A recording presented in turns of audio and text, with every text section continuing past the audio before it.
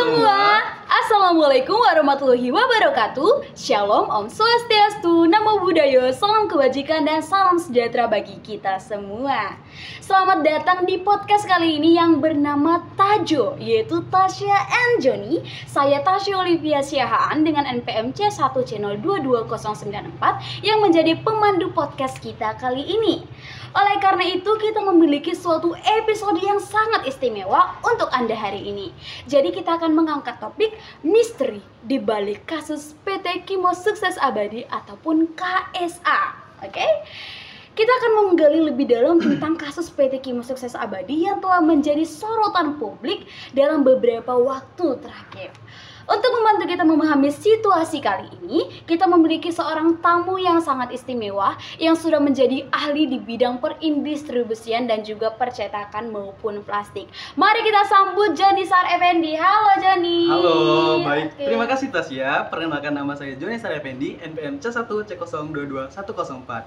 Nah, saya senang sekali nih bisa menjadi bagian dari podcast ini. Wah, oke. Baik, mari kita mulai dengan beberapa konteks ya teman-teman. Apa yang bisa Anda ceritakan kepada para pendengar mengenai PT Kimo Sukses Abadi yang begitu kontroversial kali ini, dan mengapa kejadian itu begitu penting? Oke, baik. Nah, seperti yang kita ketahui bahwasanya PT Kimo ini merupakan pabrik yang kemudian dikenal sebagai solusi packaging terbaik yang berdomisili di Bekasi. Nah, kemudian beberapa tahun terakhir itu terkuak kasus mengenai pencemaran lingkungan yang dilakukan oleh PT Kimo Sukses Abadi ini.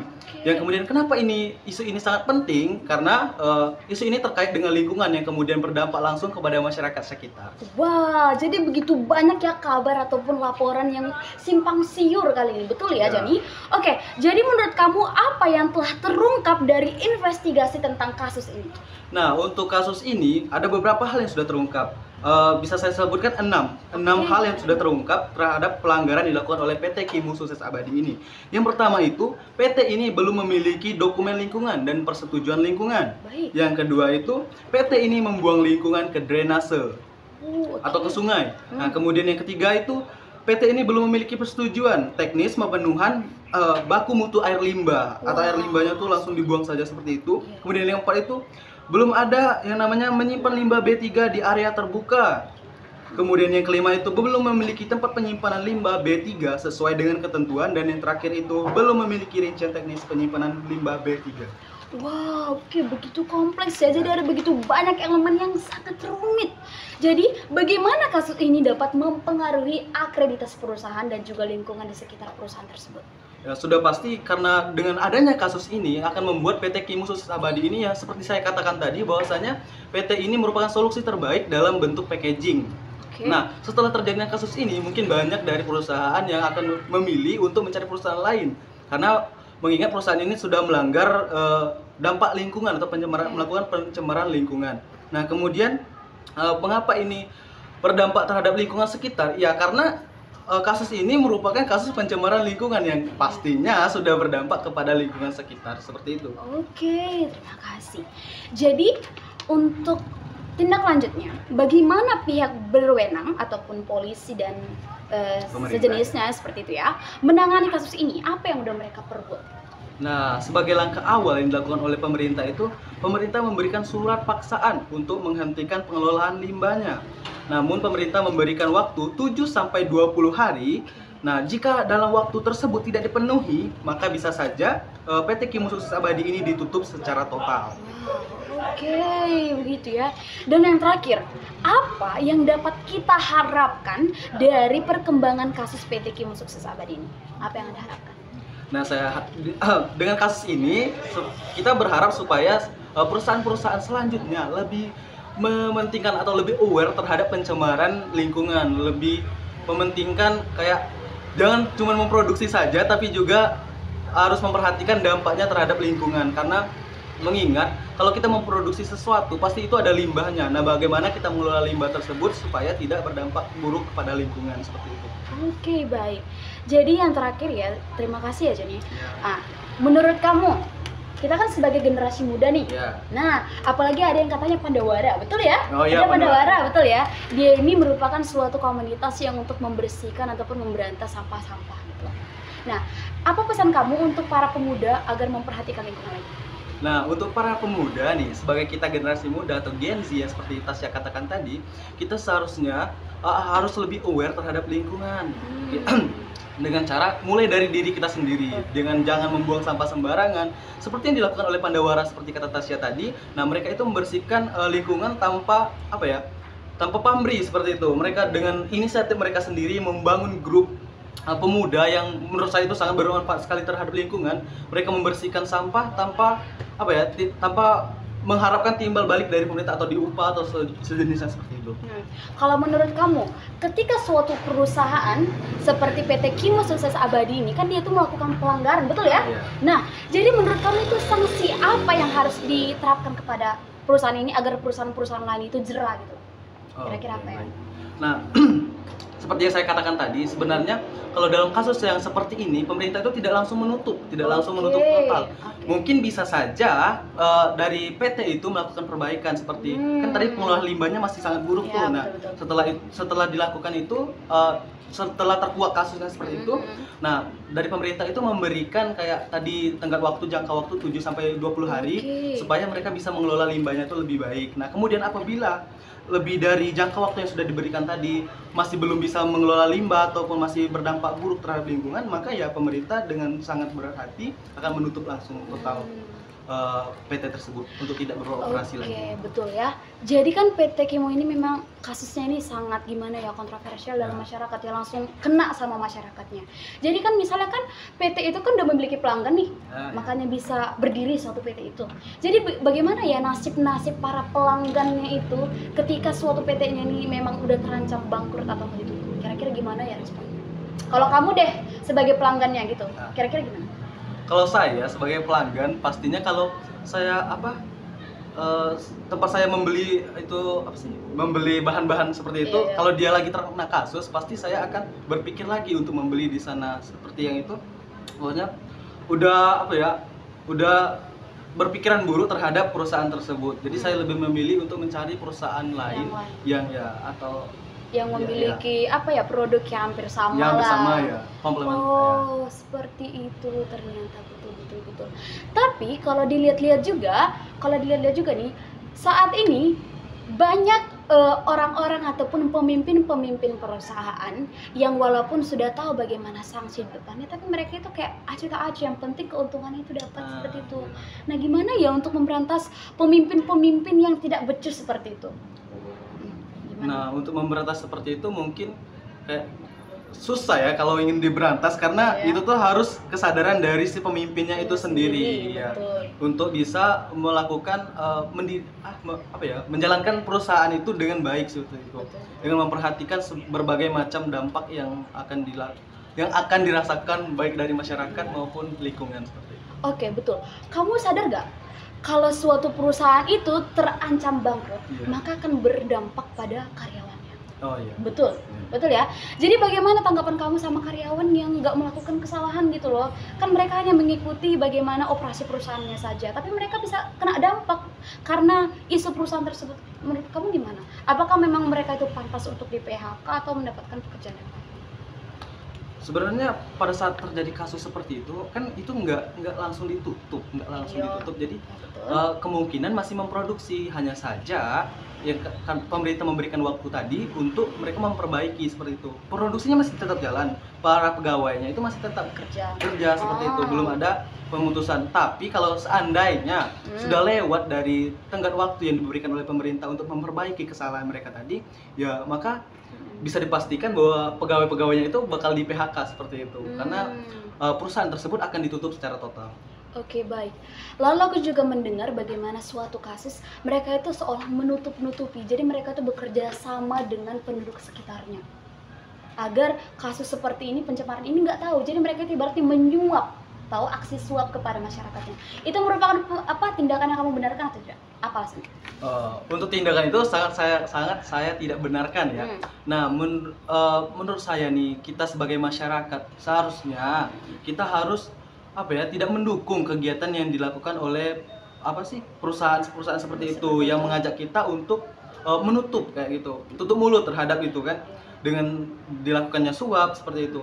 Nah, kita sebagai masyarakat yang kita ketahui bahwasannya dari pelanggaran-pelanggaran tersebut ya akan berdampak kepada kita sendiri seperti itu. Jadi ya kita sebagai masyarakat ya kalau ada pelanggaran ya sebaiknya kita laporkan seperti itu. Jangan ditutup-tutupi. Oke, jadi kita berbicara tentang kasus tadi ya. Mereka itu ternyata belum memiliki persetujuan didirikannya perusahaan. Nah, bagaimana menurut kamu mereka itu bisa berdiri tanpa adanya persetujuan? Berarti ada suatu aksi ya di belakangnya. Menurut kamu gimana? Kira-kira kenapa ya bisa itu tetap jalan-jalan aja gitu? Nah, itu juga saya bingung, kok bisa ya tanpa ada persetujuan dalam dampak lingkungan itu kok bisa mereka berjalan? Ini agak tanda tanya terhadap pemerintah. Pemerintah betul sekali. Saya kurang paham juga gitu. Mungkin ini dari sisi pemerintahnya bisa dijawab oleh bagian pemerintah mungkin ya. Terus kan kalau mereka menjalankan satu usaha pasti ada yang namanya pendapatan, ada penghasilan. Tapi kenapa ya dari penghasilan mereka itu nggak mau menyisihkan sedikit untuk memperbaiki drainase mereka? Mereka juga katanya belum memiliki tempat penyimpanan limbah. Padahal mereka tuh udah mendapatkan penghasilan gitu. Kira-kira kenapa ya? Itu ada masalah di bidang anggarannya kah atau yang pemimpinnya yang agak egois gitu? Nah, bukan masalah anggarannya tidak ada, tapi mungkin kata kamu tadi bahwasanya pemimpinnya yang egois. Mereka ingin mendapatkan keuntungan banyak tanpa kayak memperhatikan lingkungan seperti itu. Kayak mereka acuh tak acuh terhadap limbah mereka. Karena kalau dibangun juga tempat penyimpanan limbah B3 itu mungkin akan memakan biaya yang cukup besar seperti itu. Nah, mungkin mereka tidak mau membangun itu ya karena egois tadi. Oke ya. Jadi kebanyakan perusahaan apalagi kayak pabrik-pabrik seperti ini pasti dibangun di desa-desa. Percaya gak kamu? Iya. Untuk menghindari polusi, menambah polusi di kota gitu ya.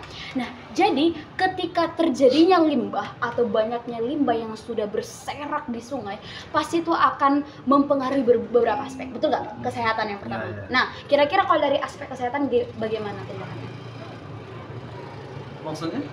Gini loh, kan kalau banyak pasti orang yang menggunakan sungai itu sebagai sarana untuk mengambil air minum kah atau untuk mencuci kah. Kan kalau udah tercemar kan pasti akan membawa dampak yang negatif, apalagi jika mereka mengkonsumsinya. Kira-kira gimana?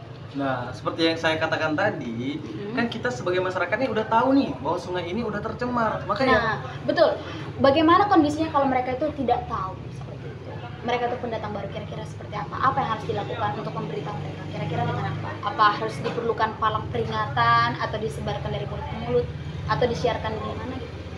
Kalau dari perusahaan kan nggak mungkin kalau mereka melakukan pembuangan limbah ke itu kan, kalau mereka tidak melakukan pelanggaran. Nah, seperti yang kita ketahui bahwasanya pasti masyarakat tuh tahu bahwa air itu sudah tercemar. Nah, maka dari itu seperti yang kamu katakan tadi, kalau mereka mau, mungkin mereka ada yang ditutup disuap seperti itu agar tutup mulut. Tapi ada juga beberapa dari mereka yang berani mensuarakan itu, makanya beberapa kasus seperti ini bisa terkuak. Nah, untuk mereka yang belum tahu bahwa air itu sudah tercemar, ya mungkin dari masyarakat lain juga udah memberitahu dia, misalnya dia pendatang baru nih, konteksnya dia baru datang di daerah tersebut.